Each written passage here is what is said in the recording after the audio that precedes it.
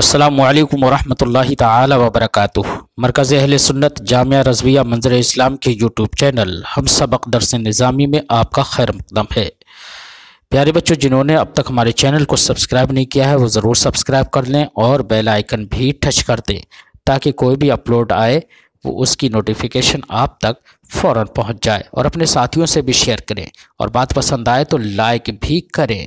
اب آپ کے سامنے شرح تہذیب کی تلخیص جو امداد اللبیب لفہم التہذیب کے نام سے ہے، اس کتاب کو پڑھائیں گے مفتی محمد قمر صاحب۔ آپ ان کو بغور سماعت فرمائیں۔ بسم اللہ الرحمن الرحیم۔ والضابطۃ شرائط الاربعۃ، یہاں سے مصنف علیہ الرحمہ اشکال اربع کے شرائط کا ضابطہ بیان فرما رہے ہیں۔ ما قبل میں آپ نے اشکال اربع کو ان کے شرائط کے ساتھ ملاحظہ کیا، اشکال اربع کو شرائط کے ساتھ، ہر ایک شکل اپنے اندر کچھ نہ کچھ شرائط رکھتی ہے، یہ آپ نے جانا ما قبل میں۔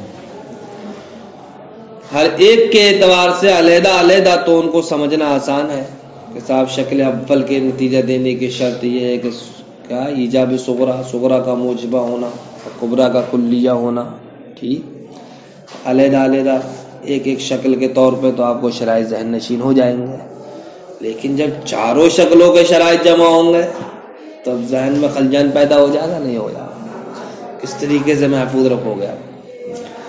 تو یہی آسانی پیدا کرنے کے لیے مصنف علیہ الرحمہ ایک ضابطہ بیان کر رہے ہیں۔ اس ضابطے میں آپ کو یہ ہر شکل کے اعتبار سے علیحدہ علیحدہ شرائط ذہن میں نہیں رکھنا ہے، بلکہ ضابطے کے دو امر ذہن میں رکھ لو گے، تمام شرائط خود بخود ذہن میں آ جائیں گے۔ سمجھ گئے؟ تو اب ایسے دو امر پیش کرنے جا رہے ہیں کہ جو دو امر اشکال اربع کے تمام شرائط کو شامل ہوں گے، اشکال اربع کے تمام شرائط کو شامل ہوں گے۔ اولاً یہاں پر شارح ضابطے سے مراد کیا ہے اس کی مراد کو واضح فرمائیں گے۔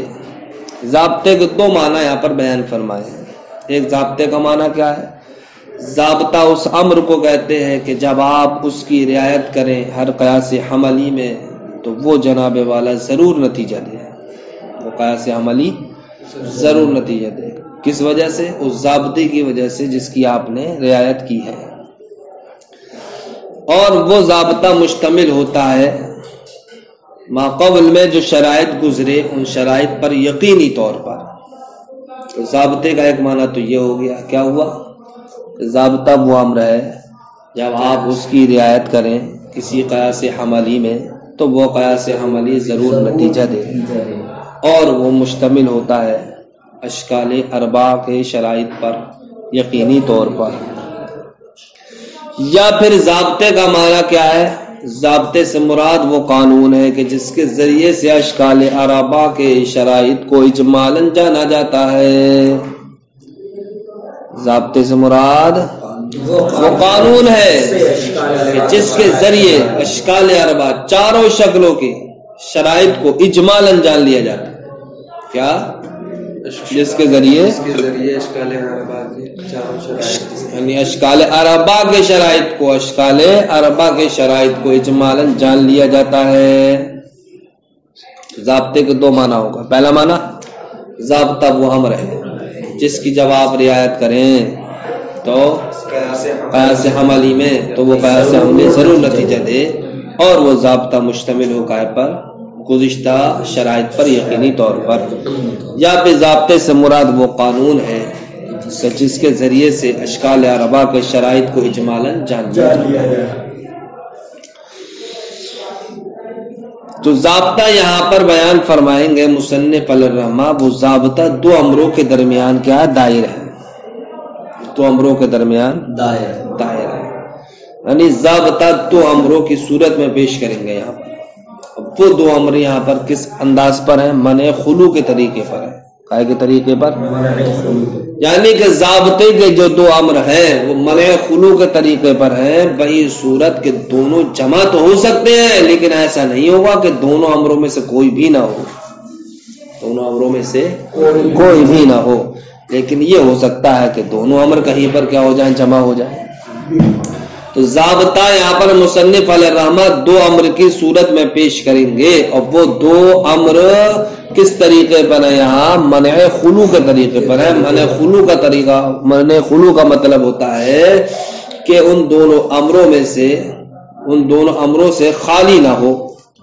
یہ ہو سکتا ہے کہ وہ دونوں امر کیا ہو جائیں؟ جمع ہو جائیں، وہ دو امر جمع ہو جائیں۔ تو ضابطے کی بھی پوزیشن یہاں پر کیا ہے؟ منع خلو کے طریقے پر ہے۔ فرماتے ہیں اسی طریقے سے قضیہ کے کلی ہونے کی بھی پوزیشن کیا منع خلو کے طریقے پر ہے، یعنی کہ وہ قضیہ جناب والا جس میں حد اوسط کیا ہو؟ موضوع ہو۔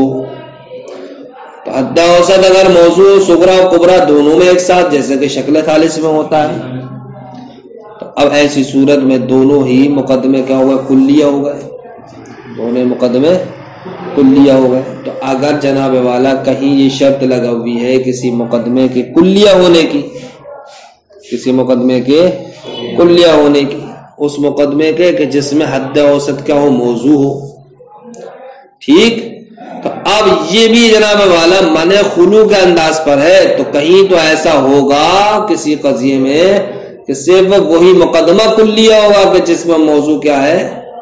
حد اوسط ہے، اور کہیں ایسا ہوگا کہ دونوں ہی مقدمے کیا ہو جائیں گے؟ کلیہ ہو جائیں گے۔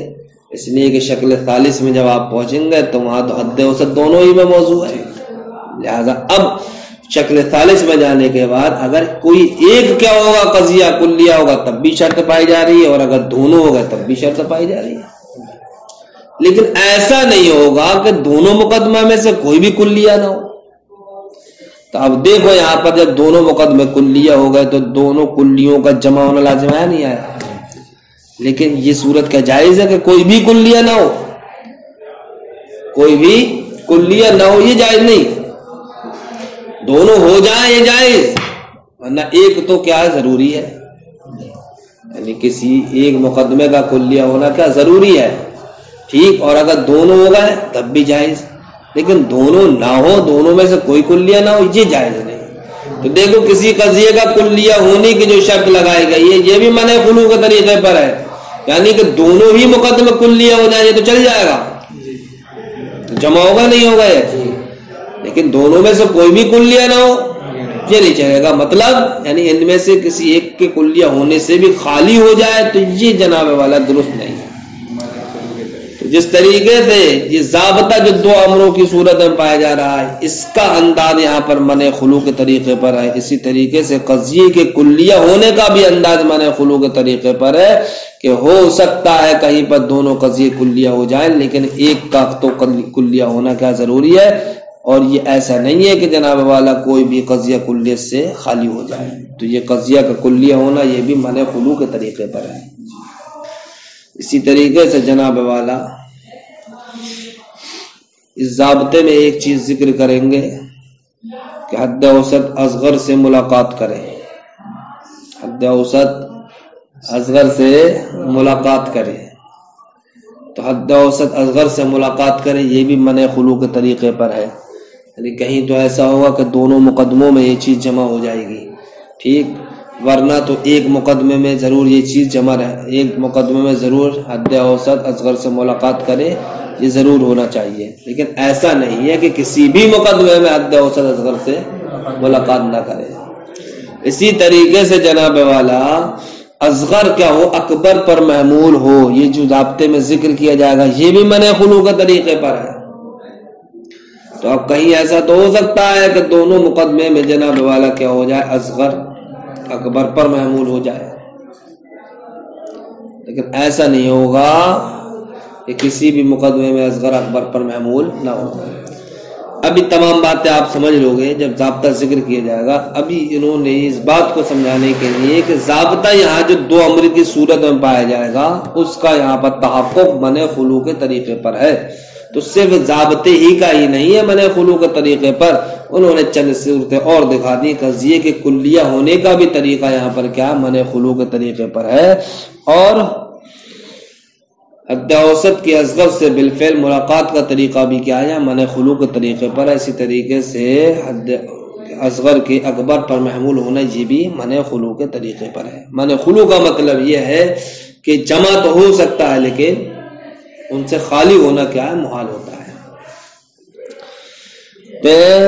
شرح الضابطۃ للاشکال الاربعۃ، یہ اشکال اربعہ کے ضابطے کی وضاحت۔ ضابطہ کس کو کہتے ہیں؟ سب سے پہلے شارح ضابطے کی وضاحت کر رہے ہیں۔ ضابطہ الامر الذی اذا راعیتہ فی کل قیاس حملی کان منتجا، ضابطہ وہ امر ہے جب آپ اس کی رعایت کریں گے کسی بھی قیاس حملی میں، کانا منتجن تو ضرور وہ قیاس حملی نتیجہ دے گا، ومشتملا علی الشرائط السابقۃ، اور وہ ضابطہ مشتمل ہوگا گزشتہ شرائط پر جزمن یقینی طور پر، اب القانون یا پھر ضابطے سے مراد وہ قانون ہے الذی یعرف منہ شرائط الاشکال الاربعۃ اجمالا، کہ جس سے اشکال اربعہ کے شرائط اجمالا جان لیے جاتے ہیں۔ ضابطے کے دو معنی ذہن نشین ہوا ہے۔ وعلم، آپ جان لیجیے، ان هذه الضابطہ، کہ یہ ضابطہ مرددۃ بین امرین، یہ دائر ہے دو امروں کے درمیان، علی سبیل منع الخلو، منع خلو کے طریقے پر، یعنی کہ ضابطہ دو امروں کی صورت میں پایا جائے گا، لیکن وہ دو امر کی پوزیشن کیا ہے؟ ان کی پوزیشن ہے منع خلو کے طریقے پر، کہ دونوں امر جمع ہو سکتے ہیں اور لیکن دونوں امروں سے خالی نہیں ہوگا، دونوں امروں سے خالی نہیں ہوگا۔ فَيَجُوزُ اجتماع الامرین، تو دونوں امروں کا جمع ہونا تو جائز ہوگا، وَلَا يَجُوزُ الخلو عنہما، لیکن ان دونوں سے خالی ہونا جائز نہیں ہوگا۔ وَكَذَا كُلِّيَّةُ قَضِيَّةٍ، اسی طریقے سے معاملہ جناب والا قضیے کی کلیہ ہونے کا ہے، کہ موضوع حال اوسط، کہ جس کا موضوع کیا ہو؟ حد اوسط، جس کا حد اوسط کیا ہو؟ موضوع ہو، یعنی کہ یہ ذکر کریں گے کہ اس قضیے کا کلیہ ہونا، کہ جس قضیے میں حد اوسط کیا ہو؟ موضوع ہو، جس قضیے میں حد اوسط کیا ہو؟ تو یہ بھی معاملہ منع خلو کے طریقے پر ہے۔ کہیں ایسا ہو سکتا ہے کہ دونوں ہی مقدمہ کلیہ ہو جائیں گے، نہ ایک تو مقدمہ کلیہ ہونا ہی چاہیے، لیکن ایسا نہیں ہوگا کہ دونوں میں سے کوئی بھی کلیہ نہ ہو۔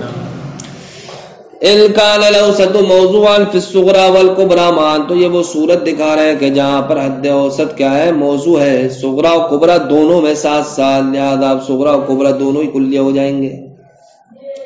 کما فی الشکل الثالث، جیسا کہ شکل ثالث میں جازہ کلیۃ المقدمتین، ویسی صورت میں دونوں مقدموں کا کلیہ ہونا جائز ہوگا۔